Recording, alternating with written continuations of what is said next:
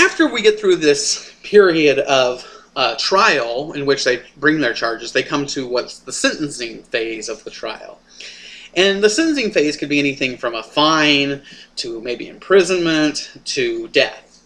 Now, he's an 80-year-old man. I think he's actually 79. He's an older gentleman. You know, he's lived a long life. And so that's one thing to keep in mind, you know. But he's here at the sentencing phase, and he gets to get up and defend himself and suggest what the sentence or what his crime, you know, what they should do as a sentence for his corrupting the youth and atheism. And so Socrates, he begins by saying, basically, he says, "What should my punishment be?" He gets a little arrogant at this point, and he says, "What should my punishment be?" He said, "Well, I'm questioning the values. I'm challenging them. I'm getting you guys to look at yourself. I'm a great way of you guys focusing and becoming better people. I'm doing a service to the city of Athens. What should my punishment be?" He said, "I should get free food, basically." He said, "You should give me free meals for the rest of my life." There's like a area where they cook and provide food for people who are, you know, on the juries and things. And so he's saying, you guys should give me free food every day.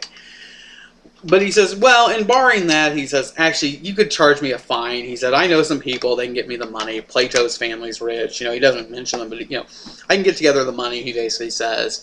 And he suggests a fine that would not have been an insignificant fine, but it would have been insignificant to a certain degree.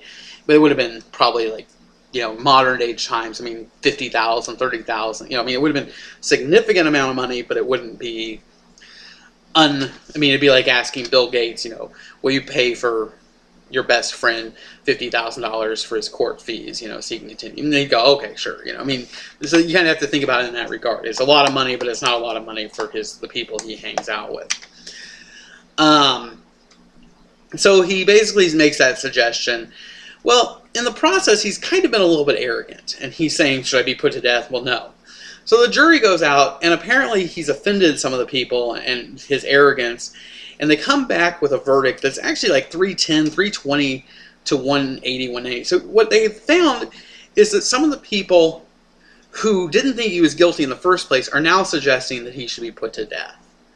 And so they come back with a verdict to have him executed. And so it's kind of an interesting thing that kind of characterizes his own philosophy of sort of this arrogance, this sort of, you know, going around and talking and challenging everything. That this very much epitomizes the way he approached people and why he was brought up on charges in the first place.